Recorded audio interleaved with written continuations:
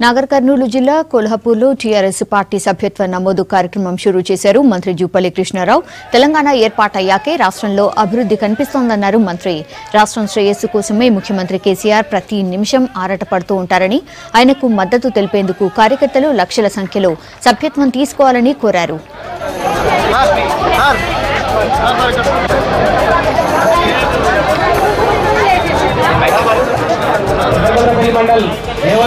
గ్రామానికి చెందిన అప్పుడు 100 రూపాయలు క్రియాశీలక సభ్యత్వం గత సంవత్సరం కొద్దిగా తక్కువ ఉంది. అదే ఎస్సీలకైతే 30 రూపాయలు సాధారణ సభ్యత్వం, క్రియాశీలక సభ్యత్వం 50 రూపాయలు.